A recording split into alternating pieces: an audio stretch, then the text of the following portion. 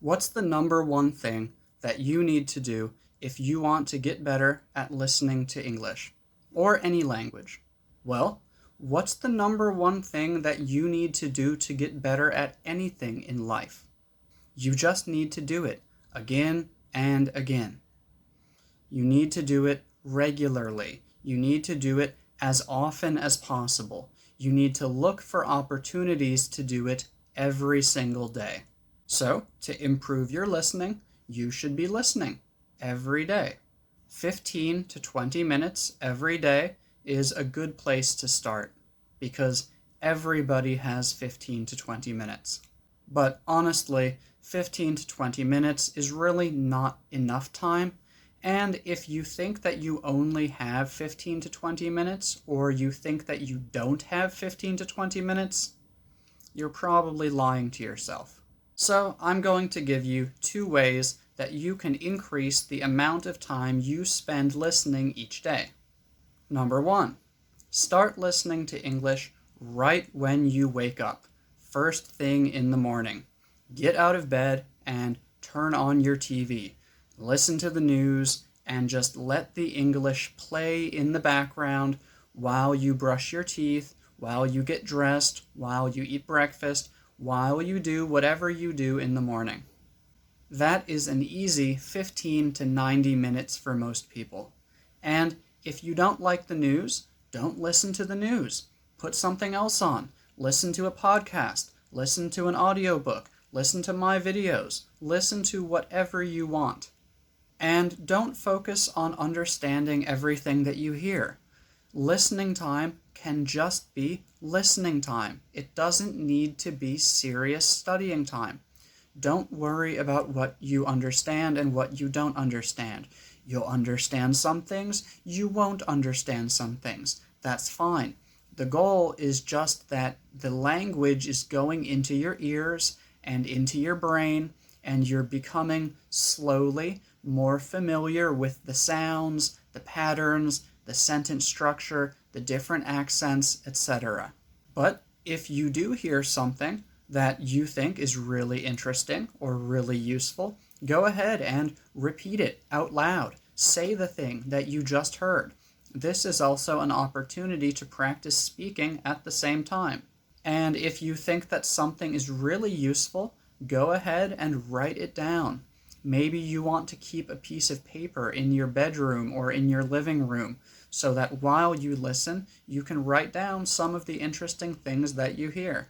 And do the same thing in the evening. Do the same thing in your car. If you can, do the same thing at work. Really, your goal is just to have English around you all the time. And again, you don't need to be focused on it. The goal is just, it's going into your ears and into your brain. You're becoming more familiar with it. You're hearing the same patterns again and again so that slowly you become more familiar with them and you start to remember them. Number 2, don't listen to teachers who explain things in your first language. Yes, it's easier to understand them when your level is low, but every time that you listen to your first language, you are losing an opportunity to practice listening to English. That's actually a major reason why I speak so clearly in my videos. I created this page for Thai people because I live in Thailand. And about 99% of the other English teachers on social media speak Thai while they are teaching English. They do not do this because they think it benefits the learners long term. They do this because it gets attention. It gets people interested in their videos.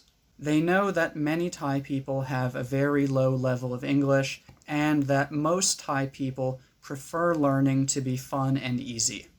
This is a great strategy to get more Thai people interested in learning English, and I don't have a problem with this. However, my goal with my videos has always been to show people that you don't need a teacher to speak to you in your first language. You can learn English by listening to a teacher who speaks only English, no matter how low your level is.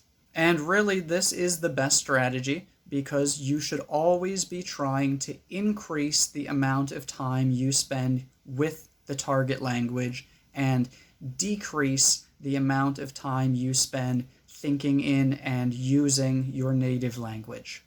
Am I telling you that you should never listen to a teacher who speaks your first language? No, of course I'm not. Sometimes it's nice to have something fun and easy. But if your goal is really to improve your listening, you need to spend more time listening to English and less time listening to your first language.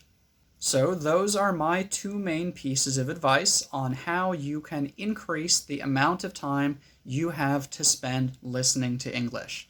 And again, increasing the amount of time you spend listening is my number one piece of advice for how to improve your listening. Please feel free to leave a comment and let me know what you think about these ideas, or ask me any other questions that you might have about how to improve your listening.